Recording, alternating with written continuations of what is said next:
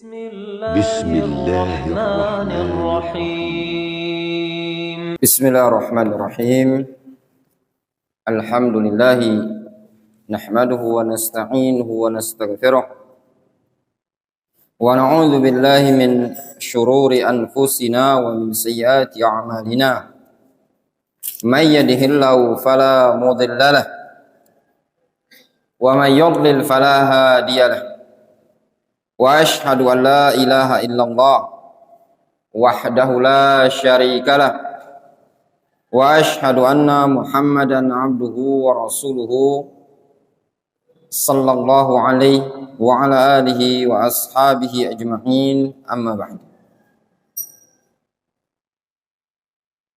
إذا صليت الفريضة فبقي في مكانك. Apabila engkau selesai dari melaksanakan sholat wajib, maka hendaklah engkau masih tetap berada di posisi tempatmu. Ini juga di antara adab yang selayaknya dikerjakan dan dilakukan oleh seorang muslim yang ingin mendekatkan diri kepada Allah Azza wa Jalla.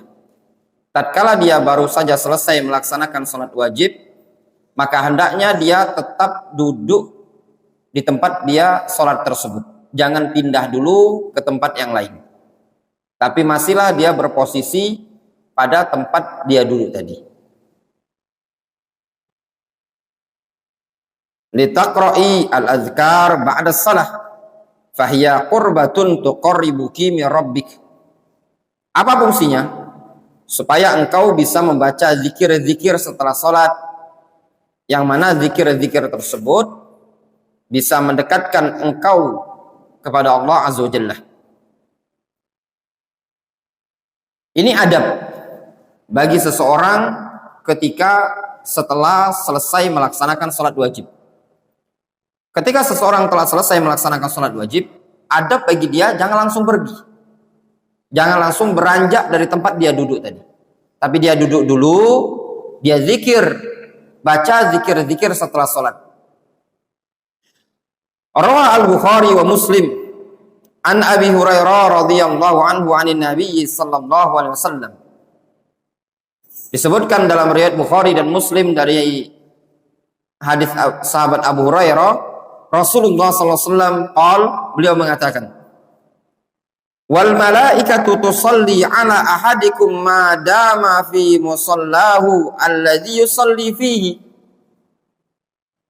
Bahwasanya para malaikat senantiasa mendoakan salah seorang dari kalian selama dia berada di tempat sholat tersebut yang dia sholat padanya. Allahumma salli alaihi, Allahumma arhamhu, malam yuhdits fihi, malam yu'zi fihi.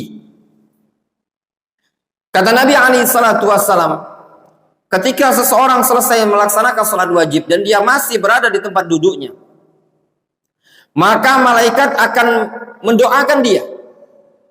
Kata malaikat, Allahumma salli alaihi, Allahumma arhamhu, ya Allah ampunilah dia, ya Allah berikan rahmat kepada dia. Kata Nabi, malam yuhdits fi, selama dia belum berhadas, belum batal, malam yu'zi fi, dan selama dia belum, atau selama dia tidak menyakiti, tidak mengganggu orang lain. Ini juga adab bagi seseorang ketika selesai sholat, dia fokuskan zikir kepada Allah Azza wa Jalla. Apalagi dia belum berhadas, menetaplah dia di tempat sholat tadi, tempat dia duduk tadi. Jangan dulu beranjak, jangan dulu pergi ke tempat lain. Malaikat akan mendoakan dia. Malaikat mengatakan, Allahumma salli alaihi, ya Allah ampunilah dia, Allahumma arhamhu, ya Allah berikan rahmat kepada dia. Dengan ketentuan dia belum batal wudunya, kemudian malam yu'zi fi, selama dia tidak menyakiti, tidak mengganggu orang lain. Termasuk minal khata', termasuk kesalahan di banyak tempat di masjid-masjid umum. Banyak orang yang ketika selesai sholat dia mengganggu jamaah lain, Apa bentuk gangguannya? Dalam bentuk menyodorkan tangan untuk ngajak salaman. Setelah salam, assalamualaikum warahmatullah, assalamualaikum warahmatullah. Kadang di samping dia ada orang yang mau zikir, di depan dia ada yang mau zikir, di kanan, di kirinya, di belakang dia. Dia malah sibuk menyodorkan tangan untuk ngajak salaman, untuk ngajak jabat tangan. Ini mengganggu, tidak diperbolehkan. Dia tidak mendapatkan keutamaan yang disebutkan dalam hadis ini tadi. Kata Syekh Ummu Abdillah Al-Wadi'iyah, wa hadza 'amun lirrajuli wal mar'ah. Hadis ini umum, mencakup laki-laki dan perempuan. Al-aslu al-umum lirrajuli wal mar'ah illa ma khassahu ad-dalil. Hukum asal ya umum. Dalil itu hukum asalnya berlaku umum untuk laki-laki, perempuan. Kecuali yang telah dikhususkan oleh dalil, yang telah dikhususkan oleh syariat. Selagi dalil tersebut berlaku umum, maka dihukumi umum. Kama annahu laisa bi khasun biman kana fil masjid. Sebagaimana hadis ini bukanlah khusus bagi orang yang ada di masjid saja, tapi mencakup seorang wanita, seorang muslimah yang sholat di rumah. Hadis ini doa dari malaikat untuk orang yang baru saja selesai melaksanakan sholat, kemudian dia duduk masih di tempat sholatnya dan dia berzikir, lalu didoakan oleh malaikat, Allahumma sholli alaihi, Allahumma rahamhu, ya Allah ampunilah dia, ya Allah berikan rahmat kepada dia. Kemudian diulang-ulang oleh malaikat tersebut. Kata para ulama, doa malaikat itu pasti mustajabah, pasti makbul. Kenapa? Dikarenakan malaikat adalah makhluk Allah yang tidak pernah melakukan kemaksiatan. Kita saja kalau ingin didoakan oleh seorang yang alim, yang kita anggap sebagai guru kita, ustadz kita, dengan senang hati kita minta doakan, harapan kita bisa terkabul doanya tersebut, maka apalagi doanya malaikat yang mendoakan diri kita tadi. Yang disebutkan dalam hadis ini bukan satu malaikat, tapi Rasulullah SAW menyebutkan al-malaikah, bentuknya jamak, berarti yang mendoakan bukan satu atau dua malaikat, tapi jumlahnya banyak yang mendoakan kita. Sampai kapan? Selama dia masih duduk di tempat tersebut. Fahadihi fursatun azimah yanbaghi likulli musallin ay yahrisu ala igtinamiha wala yufarrit fiha. Ini adalah kesempatan yang sangat besar selayaknya bagi setiap orang yang sholat agar semangat untuk mengerjakannya, wala yufrit fiha, atau wala yufarrit fiha, dan tidak menyepelekannya atau tidak menyia-nyiakannya. Maka kita semua ayo ikhwan wal akhwat, ketika sholat, baik laki-laki yang sholatnya jamaah di masjid ataupun akhwat yang sholat di rumah, ketika selesai sholat jangan langsung beranjak dari tempat sholat, namun zikir dulu.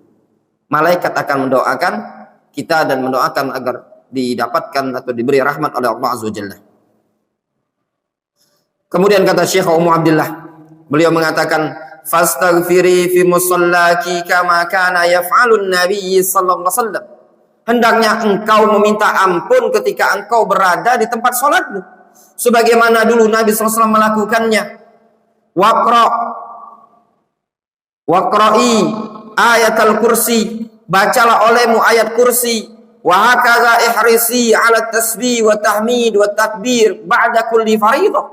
Demikian juga hendaknya engkau semangat untuk baca tasbih, baca tahmid, baca takbir pada setiap selesai sholat wajib. Baca ayat kursi, baca tasbih, tahmid, takbir. Fahadihi qurbatun azimah. Ini adalah qurbah, kedekatan, ibadah yang sangat besar. Wa barakatun wa rahmatun minallahi bi'ibadihi, serta berkah dan rahmat dari Allah terhadap hamba-hambanya. Wa in ajalaki amrun faqra'i al-azkar ala haliki au fi amaliki au fi masyiki. Kalau seandainya ada sesuatu perkara yang mendorong engkau untuk buru-buru, untuk cepat-cepat beranjak, maka silakan engkau membaca zikir bagaimanapun kondisi engkau. Baik ketika engkau sedang aktivitas atau engkau sedang berjalan, hatta la yafutaka hadhil ibadah wa hadhin ni'mah was sa'adah. Supaya jangan sampai engkau terluputkan dengan ibadah ini, wa hadhin ni'mah was sa'adah. Ini adalah nikmat dan kebahagiaan. Ya. Bil qurbi min Allah turzaqina as-sa'ada wal haya ar-radiyah. Dengan cara mendekatkan diri kepada Allah, dengan cara ibadah kepada Allah, dengan cara taqarrub kepada Allah Azza wa Jalla, engkau akan diberikan kebahagiaan dan kehidupan yang diridhoi. Qala Syekhul Islam, berkata Syekhul Islam fi Majmu'il Fatawa, dalam Majmu'ul Fatawa, fi Sa'adatin Nafs. Syekhul Islam Ibnu Taimiyah menyebutkan sebagaimana dalam Majmu'ul Fatawa tentang kebahagiaan suatu jiwa, kebahagiaan suatu diri seseorang. Kata Syekhul Islam Ibnu Taimiyah, beliau mengatakan, inna sa'adataha an tahyal hayat an-nafi'ah fata'budallah. Sesungguhnya kebahagiaan suatu jiwa itu tatkala jiwa tersebut hidup dengan kehidupan yang bermanfaat, dia beribadah kepada Allah Azza wa Jalla. Jiwa seseorang dikatakan bahagia tatkala jiwa tadi hidup dengan ibadah kepada Allah Azza wa Jalla. Hidup dengan ibadah yang bermanfaat, kehidupan yang penuh dengan manfaat. Dia ibadah kepada Allah Azza wa Jalla. Dan ayyuhal ikhwan wal akhwat, ibadah terbesar yang tidak bisa ditandingi dengan dunia adalah ibadah talabul ilmi syar'i. Wala syakka wala raib. Wala syakka wala raib. Bahwasannya talabul ilmi min a'zamil ibadat. Menuntut ilmu adalah termasuk ibadah yang paling agung, yang paling besar. Tidak bisa ditandingi dengan dunia dan seisinya. Bahkan dulu Syekh Muqbil Ibnu Hadi Al-Wadi'i rahimahullah ta'ala, sampai-sampai beliau pernah mengatakan, kalau seandainya ada orang datang untuk memberikan saya berupa dunia agar saya meninggalkan talabul ilmi, aku tidak akan meninggalkan talabul ilmi syar'i. Tidak akan meninggalkan dari mengajar, tidak akan meninggalkan dari berdakwah, dan tidak akan meninggalkan dari menuntut ilmu syar'i. Wa mata lam tahya hadhil hayata kanat mayyitah. Namun tatkala jiwa tidak hidup dengan kehidupan yang bermanfaat, kanat mayyitah, maka jiwa tersebut dianggap sebagai jiwa yang mati. Kalau dirinya antum, dirinya anti, hidup di muka bumi tapi dengan kehidupan yang tidak ada manfaatnya. Dari sisi dunia tidak punya kemanfaatan, dari sisi akhirat juga tidak ada manfaat, maka itu jiwa yang mati. Wa kana ma laha minal hayatid tabi'iyyah mujiban li'adzabiha. Justru kata Syekhul Islam Ibnu Taimiyah, apa yang ada pada jiwa tersebut berupa kehidupan tabiat dia, justru bisa menyebabkan dia untuk mendapatkan azab dari Allah Azza wa Jalla. Kalau seandainya jiwa kita ini hidup tanpa ibadah, justru hidup dengan tabiat yang ada, malah justru kehidupan tersebut akan menjadi sebab kita diazab oleh Allah Azza wa Jalla.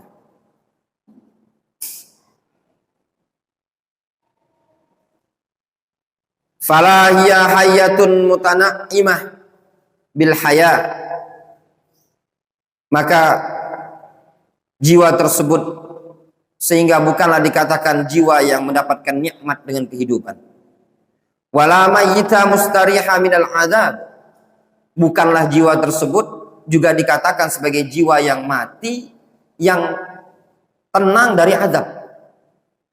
Justru siksa bagi dia. Orang hidup tapi jiwanya tidak tenang.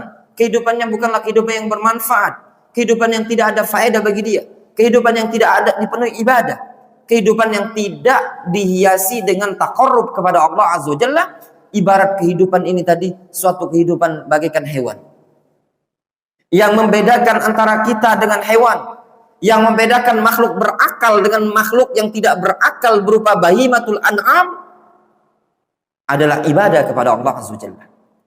Manusia diberikan akal oleh Allah Azza wa Jalla, dengan sebab akal itulah manusia menjadi mukallaf, menjadi makhluk yang dituntut untuk ibadah kepada Allah Azza wa Jalla. Allah Ta'ala, "Tsumma la yamutu fiha wa la yahya." Kemudian jiwa tersebut la yamutu fiha wa la yahya, tidak juga hidup, tidak pula mati, tidak pula hidup. Fal jaza min jinsil amal, balasan sesuai dengan perbuatan. Lamma kana fid dunya laisa bihayyil haya'an nafi'ah wala mayyitan adimal ihsas, kana fil akhirah kadzalik. Maka tatkala dia di dunia bukanlah berada pada kehidupan dengan kehidupan yang bermanfaat, tidak pula statusnya sebagai orang yang mati yang tidak merasakan kepekaan, kana fil akhirah kadzalik, maka demikian juga dia kehidupan di akhirat. Jadi kalau cuma hidup di dunia, tidak hidup dengan kemanfaatan, tidak hidup dengan ibadah, demikian juga nanti di akhirat, dia pula yang disebutkan dalam Al-Quran, "Tsumma la yamutu fiha wa la yahya."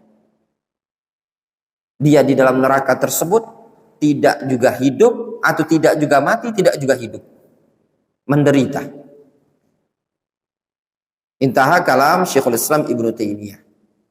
Kemudian kata Syekh Ummu Abdillah, "Wala najidu al-unsa wat tuma'nina abadan illa bil qurbi minallah." Kita tidak mendapati al-uns, ketenangan, wat tuma'nina, dan perasaan tuma'nina, abadan, selama-lamanya, illa bil qurbi minallah, kecuali dengan cara mendekatkan diri kepada Allah Azza wa Jalla. Seseorang tidak akan merasakan ketenangan, kenyamanan ya, dalam hidupnya, melainkan dengan cara dia dekatkan diri kepada Allah Azza wa Jalla. Qala Ibnul Qayyim, berkata Al-Imam Ibnul Qayyim rahimahullah ta'ala. Al-Imam Ibnul Qayyim mengatakan dalam kitab Madarijus Salikin, "Fala aisha illa aisyal muhibbin." Tidak ada aish, kehidupan, kecuali kehidupan orang-orang yang cinta kepada Allah Azza wa Jalla. Alladzina qarrat a'yunuhum bihabibihim, yaitu orang-orang yang matanya, jiwanya, hatinya sejuk, senang terhadap orang yang dia cintai. Wa sakanat nufusuhum ilaihi, serta jiwanya condong, nyaman terhadap yang dia cintai tadi. Wa tama'annat qulubuhum bihi, serta hatinya juga merasa tuma'nina. Wasta'nasu biqurbihi, dia pun merasa nyaman tatkala dekat dengannya. Wa tana'amu bihubbihi, merasakan penuh dengan kenikmatan ya, merasakan kelezatan dengan mencintainya. Fa fil qalbi faqah la yasudduha illa mahabbatullah wal iqbalu alaihi wal inabatu ilaihi wa la yulammu sya'athuhu bi ghairi dzalikal battah.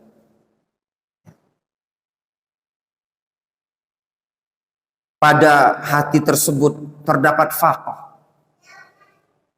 kebutuhan yang tidak bisa kebutuhan tersebut ditutup, ditambal, melainkan dengan cinta kepada Allah Azza wa Jalla. Kata Al-Imam Ibnu Qayyim, orang kalau cinta, sudah cinta kepada Allah Azza wa Jalla, cinta dengan ibadah kepada Allah Azza wa Jalla, hatinya akan menjadi tenang, menjadi lapang, menjadi nyaman, sehingga ketika dengan ibadah dia merasa tenang dan nyaman. Ya. Ini juga orang yang belajar menuntut ilmu, ya, kalau dia cinta dengan ilmu, dia akan merasa nyaman dan tenang dengan ilmu tersebut.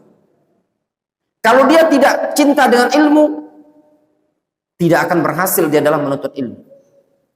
Makanya kunci seseorang dalam menuntut ilmu bukan semata-mata belajar di pondok pesantren.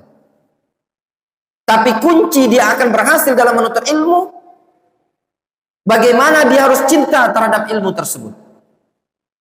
Kecintaan dia terhadap ilmu tadilah yang akan membuat ilmu tadi bisa dia raih.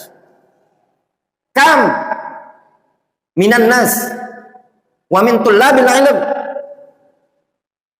Berapa banyak kita jumpai dari kalangan orang, bahkan dari kalangan para penuntut ilmu, yang dekat dengan majelis ilmu, yang pernah berada di majelis ilmu, yang pernah berada di ma'had atau marokiz ilmiah, namun keluar, pergi, tersingkirkan dengan sendirinya. Apa sebabnya? Sababur ra'is fi dzalika huwa adamu mahabbatihi lil ilmi. Sebab utamanya dikarenakan dia tidak mencintai ilmu. Wa kama an wajadna ala dunya yuhibbud dunya, sebagaimana kita dapati orang kalau alud dunia, cinta dengan dunia, dia akan geloti, akan tekuni dengan dunia tadi. Kenapa? Karena dia kecinta dengan dunia, cinta dengan kerjaan dia, cinta dengan uangnya. Demikian juga orang kalau cinta dengan ilmu, dia akan merasa nyaman, manis, pahit, asin, walaupun berdarah-darah, dia akan korbankan dirinya dan jiwanya untuk ilmu tersebut. Sungguh sangat berat perjuangan Syekh Muhammad Aman Al-Jami rahimahullahu ta'ala rahmatan wasi'ah. Beliau naik perahu dari negeri Habasyah kemudian ke Aden. Dari Aden beliau jalan kaki menuju Hudaidah. Pada waktu bulan Ramadan, cuaca yang sangat panas pada masa tersebut. Dari Hudaidah, negeri Yaman, bagian utara, beliau jalan kaki lagi menembus Saudi Arabia. Masuklah beliau ke Riyadh, kalau tidak salah waktu itu, sampai beliau bisa berjumpa dengan Syekh Abdul Aziz bin Baz. Semuanya dilakukan oleh beliau. Kata beliau rahimahullah, masyaitu alal aqdam. Aku lakukan dengan berjalan kaki. Ya. Di bawah terik matahari. Bukan sesuatu yang ringan, sepele, perjuangan besar. Apa yang mendorong beliau seperti itu tadi? Beliau harus terombang-ambing dengan perahu kecil dari negeri Habasyah ke Laut Aden. Dari Aden kemudian beliau jalan kaki ke Hudaidah. Dari Hudaidah beliau jalan lagi ke Saudi Arabia. Dalam rangka li talabil ilmi syar'i. Apa yang mendorong? Itu cinta terhadap ilmu. Cinta dengan ibadah kepada Allah Azza wa Jalla. Apalagi yang mendorong mereka para sahabat berbondong-bondong. Mereka harus meninggalkan kampung halaman, meninggalkan rumah yang ada di Mekah, meninggalkan harta yang ada di Mekah, meninggalkan kerabat yang ada di Mekah. Mereka harus hijrah ke kota Madinah. Mereka berjalan kaki, ada yang menaik kendaraan onta dan yang lainnya, semata-mata ingin bertemu, ingin ibadah tenang di Masjid Nabawi bersama Rasul alaihi salatu wasallam, mendapatkan bimbingan Rasul alaihi salatu wasallam, dan ingin dekat bersama Nabi sallallahu alaihi wasallam. Itu yang dikorbankan oleh para sahabat. Merasa nyesal mereka, tidak menyesal sedikit pun. Dikarenakan itu semua dilakukan dengan ibadah kepada Allah Azza wa Jalla. Kunci hidup adalah ibadah. Kunci hidup adalah kecintaan. Ketika kita sudah cinta terhadap sesuatu, apapun akan kita korbankan untuk meraih perkara tersebut. Kemudian kata Imam Ibnu Qayyim, fafil qalbi faqah. Yang namanya pada hati seseorang itu ada celah, ada kekurangan. La yasudduha illa mahabbatullah.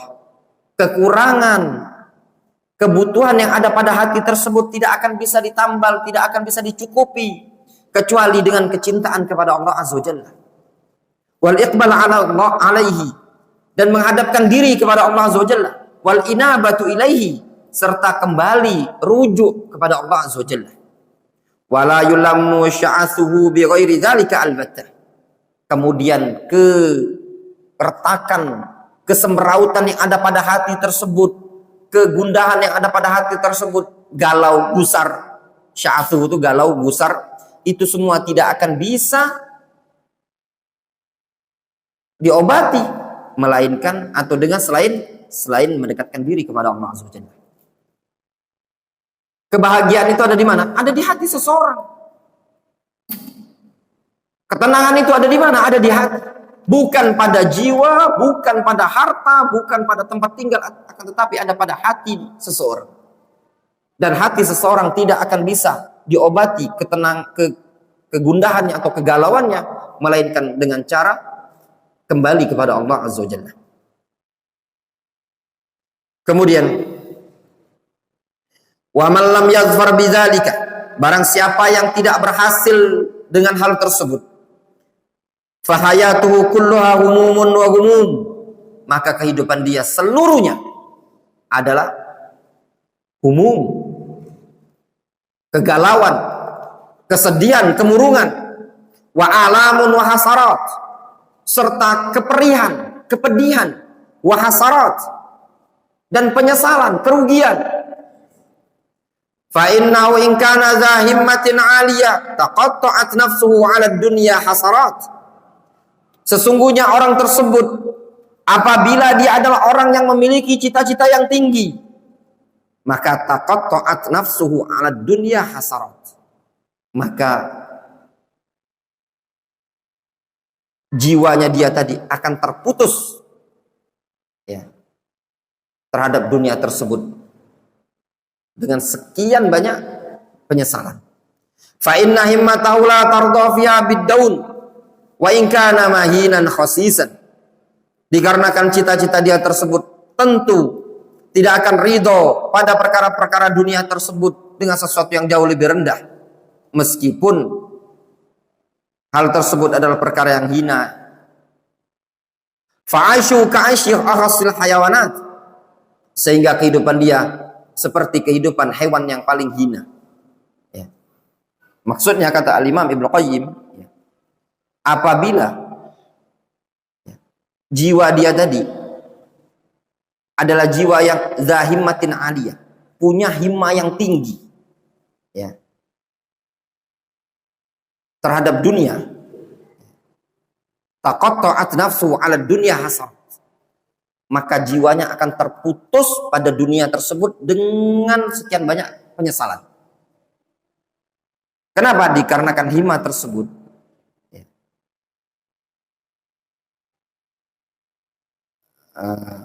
Saya ulangi, fa innahu in kana dza himmatin 'aliyah taqatta'at nafsuhu 'ala dunya hasarat. Kalau dia adalah orang yang punya cita-cita yang tinggi terhadap ibadah, ya maksudnya pada perkara yang positif, namun jiwanya terputus pada dunia hasarat, maka jiwa tersebut akan sekian banyak mengalami penyesalan. Kenapa? Dikarenakan himma yang tinggi, cita-cita yang tinggi, tidak akan ridho pada perkara dunia yang rendah tersebut. Wa in kana mahinan khasisan, meskipun ya dia adalah orang yang rendah atau hina, tidak akan ridho. Gambarannya gini, seseorang yang punya himmatun aliyah, punya cita-cita yang tinggi, tatkala dia bergelut dengan dunia, bergelimang dengan dunia, yang dia akan dapatkan ada penyesalan. Meskipun cita-citanya tadi, cita-cita ibadah yang tinggi, tidak akan ridho terhadap perkara dunia yang rendah. Sehingga kalau dia terputus pada dunia, maka kehidupan dia adalah seperti hewan yang paling rendah atau paling hina. Iqrabi minallahi bitilawati kalamihi, maka hendaklah engkau mendekatkan diri kepada Allah dengan cara membaca kalam Allah. Qala Allah Subhanahu wa taala, Allah Subhanahu wa taala menyatakan dalam Al-Qur'anul Karim, innal ladzina yatluna kitaballah wa aqamus shalah wa anfaqu mimma razaqnahum sirran wa alaniyah yarjuna tijaratan lan tabur.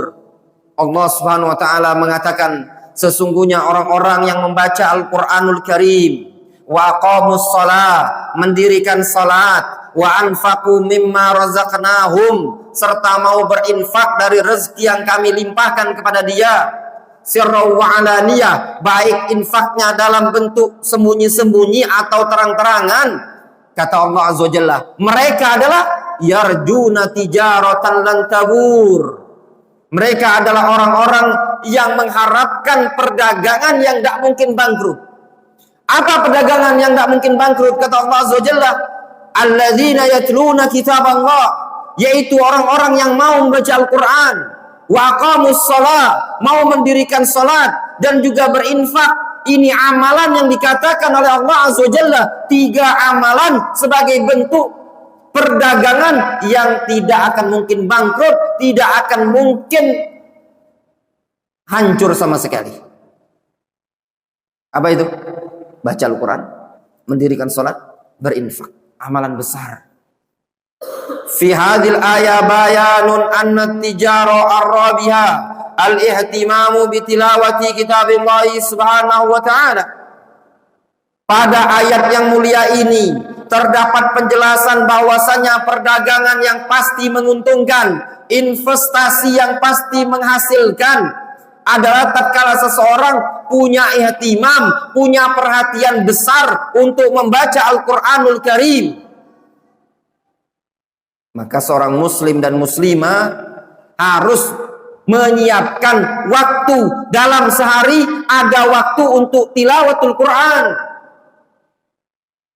Maka bersyukur antum tullabul ilm wa antunna ayyuhal akhwat, jika Allah Subhanahu wa taala memudahkan antum wa antunna untuk membaca Al-Qur'anul Karim. Maka antum-antum santri yang ada di masjid ini, yang ada di pondok ini, hari-hari antum bisa baca Al-Quran. Itu merupakan salah satu bentuk perdagangan yang tidak akan bangkrut. Sekian banyak kebaikan yang antum dapatkan, terus antum merasa tidak betah di pondok pesantren dengan alasan jenuh, alasan bosan. Fa subhanallah. Unzuru ayyuhal ikhwa tullabul ilm. Lihat di luaran sana orang-orang yang tidak Allah Subhanahu wa taala berikan taufik kepada mereka lisannya untuk membaca kalam Rabbil alamin. Justru mereka tersibukkan untuk membaca kalamul marbub, kalamul baraya, tersibukkan membaca kalam makhluk, kalam manusia, tersibukkan membaca Quran, sedangkan antum tersibukkan membaca Al-Qur'anul Karim. Mana yang lebih mulia? Membaca Al-Quran atau membaca Quran? Mana yang lebih mulia? Membaca informasi berita-berita di media? Main game? Ya. Ataukah membaca Al-Quranul Karim? Manusia yang berakal pasti dia akan mengatakan Al-Quran jauh lebih mulia. Menghafalkan Al-Quran jauh lebih mulia. Cukuplah ayat ini pemotivasi bagi kita semua, mendorong kita semua agar kita senantiasa membaca Al-Quranul Karim. Kemudian kata beliau, wa tilawatul Quran yashmal tilawatul lafzi wa tilawatul ma'na wa hiya tilawatul amal. Kata Syekh Ummu Abdillah, membaca Al-Quran itu mencakup membaca lafadznya dan juga membaca maknanya. Apa maksud membaca makna Al-Quran? Wahya tilawatul amal, yaitu bacaan dalam bentuk pengamalan. Selain dia baca Al-Quran tersebut ayat per ayat, huruf per huruf dia baca, maka dia juga dianjurkan untuk mengamalkan isi kandungan yang dia baca tadi. Bukan semata-mata membaca, bukan semata-mata menghafal. Kalau semata-mata menghafal Al-Quran, semata-mata membaca Al-Quran, tapi tidak ada pengamalan dari ayat tersebut, tidak ada keyakinan yang benar, itu merupakan tanda penyimpangan. Kata Syekh Shalih Al Fauzan, berapa banyak orang yang membaca Al-Quran, dengan tajwid, dengan makhraj, dengan bacaan yang bagus, namun dia jauh dari tauhid, jatuh pada kesyirikan. Dia tidak paham makna ayat tentang syirik, makna ayat tentang tauhid.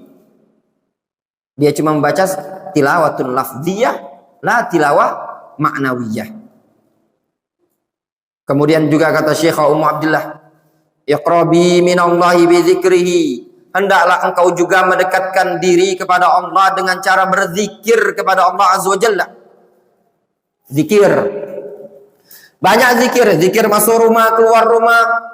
Masuk kamar mandi, keluar kamar mandi. Zikir pagi, zikir petang. Gunakan pakaian. Mau tidur, bangun tidur. Qala Allah Subhanahu wa taala, "Fadhkuruni azkurkum washkuruli wala takfurun." Berzikirlah kalian kepadaku, niscaya aku akan mengingat kalian, akan menyebut kalian. Washkuruli wala takfurun.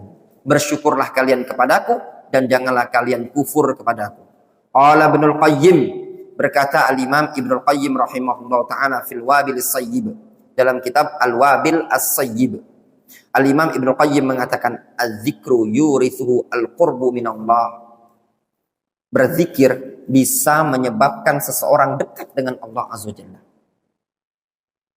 Apa tadi kata Allah Azza wa Jalla? Fadhkuruni azkurkum.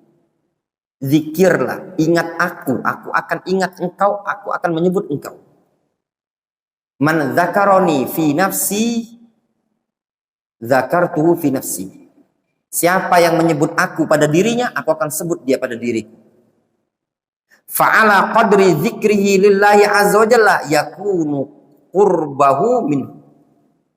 Maka sesuai dengan kadar dekatnya dia kepada Allah, demikian juga dekatnya dia, atau sesuai dengan kadar zikir dia kepada Allah, maka demikian juga dekatnya dia kepada Allah azza wa jalla. Semakin banyak berzikir, semakin dekat kepada Allah. Semakin banyak zikir, semakin dekat kepada Allah azza wa jalla. Jadi kalau antum ingin dekat dengan Allah azza wa jalla, maka banyak-banyak zikir. Wa ala qadri ghaflati yakunu bu'dahu minhu. Sesuai dengan kadar lalainya dia, maka demikian juga terjauhkannya dia dari Allah Azza wa Jalla. Semakin lalai, semakin terjauhkan dari Allah. Semakin lalai, semakin terjauhkan dari Allah Azza wa Jalla. Malas baca Al-Quran, makin jauh dari Allah Azza wa Jalla. Malas ibadah, makin jauh dari Allah Azza wa Jalla. Fa'akthiri min zikrillahi wahrisi ala majalisil ilmi wa zikri. Semangatlah engkau perbanyak berzikir. Semangatlah pula untuk duduk di majelis ilmu, di majelis zikir. Fahiya tazidu fil iman. Sesungguhnya majelis-majelis tersebut bisa menambah keimanan. Ini juga. Duduk di majelis ilmu, belajar bisa menambah iman. Kalau seandainya antum sudah berada di majelis ilmu, sudah ada di pondok pesantren, tapi iman tidak bertambah, justru futur, berarti ada tidak beres pada niatnya anda. Bukan niat untuk ibadah kepada Allah Azza wa Jalla. Wa taj'al al-qulub qariba min rabbiha. Serta majelis-majelis ilmu bisa membuat hati tadi dekat dengan Allah Azza wa Jalla, dekat dengan Rabbul Alamin. Ini juga yang harus dilakukan oleh seorang muslim dan muslimah, berupaya untuk sering-sering hadir di majelis ilmu. Mungkin ada yang mengatakan, kita kan ada sekarang kajian, ada Telegram, ada YouTube, ada Zoom. Beda ya ikhwan wal akhwat. Beda. Tidak akan sama keberkahan seseorang duduk di majelis ilmu dengan seseorang yang belajar melalui media. Tidak akan sama orang yang hasil belajar melalui internet dengan orang yang duduk di majelisnya para ulama. Makanya di zaman sekarang kami heran, dengan sangat-sangat heran, kok banyak sekali pendakwah, orang-orang yang berdakwah, orang-orang yang sudah pinter khutbah, pinter ceramah, bahkan dari kalangan orang-orang yang bernisbat dengan salafiyah, tapi tidak dikenal belajar di pondok pesantren, tidak dikenal dengan duduk di majelis para ulama, cuman ikut kajian Zoom meeting, atau ikut channel Telegram, atau dengarkan YouTube streaming dan yang lainnya. Tahu-tahu pengampu sekolah, pengampu rumah tahfidz, pengajar pondok pesantren, pengajar tahfidz. Fasubhanallah.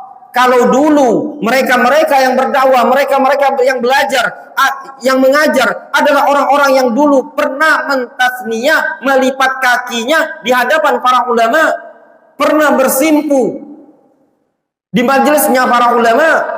Ini termasuk tanda-tanda hari kiamat. Abdullah ibn Mas'ud pernah mengatakan dalam salah satu riwayat yang diriwayatkan oleh Imam Ibn Abdul Bar dalam Jami' Bayanil Ilmi wa Fadli. Kata beliau, kaifa antum idza labisatkum fitnah. Bagaimana nanti nasib kalian kalau seandainya kalian diliputi suatu masa yang penuh dengan fitnah.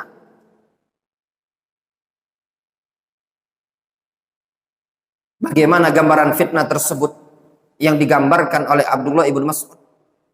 Suatu fitnah yang yarbu fiha as-saghir wa yahrumul kabir. Fitnah yang membuat anak kecil langsung tumbuh dewasa, orang dewasa langsung beruban. Kapan masa tersebut? Kapan terjadinya? Murid-murid Abdullah bin Mas'ud mengatakan, ya Aba Abdurrahman, mata dzalik? Wahai Abu Abdurrahman, kapan itu terjadi? Kata Abdullah bin Mas'ud, idza kasura qurra'ukum wa qalla fuqaha'ukum wa kasura umara'ukum wa qalla umana'ukum wa tuttakhadhu sunnatan mubtada'ah wa yultamasul ilmu bi'amalil akhirah, atau wa tultamasud dunya bi'amalil akhirah. Kata Abdullah bin Mas'ud, terjadinya pada waktu idza kasura qurra'ukum, tatkala banyak di masa tersebut orang yang pandai ngaji saja. Wa qalla fuqaha'ukum, sedikit orang-orang yang faqih. Zaman sekarang kalau pengajar Al-Qur'an banyak sekali. Mau belajar Al-Qur'an, sanad Al-Fatihah, sanad juz amma, sanad itu, sanad ini banyak. Ya. Banyak rumah-rumah Quran. Tapi kata Abdullah bin Mas'ud, wa qalla fuqaha'ukum, sedikit pada masa tersebut orang-orang yang faqih, yang faham makna ayat ini tadi, yang faham kandungan ayat ini tadi, yang ngerti tafsirnya, sedikit sekali. Ini masa-masa kapan? Masa-masa akhir zaman. Dan itu terjadi, sudah kita rasakan. Ya. Jadi bukan kebanggaan, sekali lagi saya katakan, bukan kebanggaan. Oh, di sana ada rumah Quran. Di sana ada tahfidzul Quran. Tidak cukup sampai di situ. Kita dengan senang hati kita berbahagia adanya penyebaran ilmu tersebut. Tapi ingat, jangan melupakan tilawatun ma'nawiyah, memahami kandungan ayat tersebut. Karena tujuan diturunkan Al-Qur'anul Karim bukan semata-mata untuk dibaca, untuk dihafal. Syekh Ibnu Utsaimin rahimahullah taala menyebutkan Al-Qur'an diturunkan dengan tujuan yang pertama at-ta'abbud bi tilawatihi, ibadah kepada Allah dengan membaca Al-Qur'an tersebut. Yang kedua at-tadabbur li ma'anihi, mentadabburi maknanya. Yang ketiga al-amalu bihi, dan mengamalkan isi kandungan Al-Qur'an. Berapa banyak kata Syekh Shalal Fauzan dalam Syarah Al-Usul As-Sittah, orang yang pandai membaca Al-Quran, tajwidnya bagus, bacaannya bagus, hafal Al-Quran, dia terjatuh kepada kesyirikan, syirik besar dalam masalah rububiyah uluhiyah. Terjadi. Ya. Itu di belahan negeri Yaman, para kuburiyun, para pengagung-pengagung kuburan yang ada di wilayah Tarim, kuburan Nabi Hud, ya, mereka yang pandai membaca Al-Quran. Apakah mereka faham makna kalimat wa ya'buduna min dunillahi ma la yadurruhum wa la yanfa'uhum wa yaquluna haula'i syufa'auna indallah? Tidak faham mereka makna ayat tersebut. Wallahu ta'ala a'lam bishawab. Kita cukupkan sampai di sini, sudah masuk waktu asar. Naktafi bihadzal qadar. Insyaallah kita lanjutkan pada pekan depan, hari Sabtu dan hari Ahad, pada risalah yang sama, masih pada risalah Al-Qurbu Minallah. Kemungkinan mungkin 2 kali pertemuan lagi.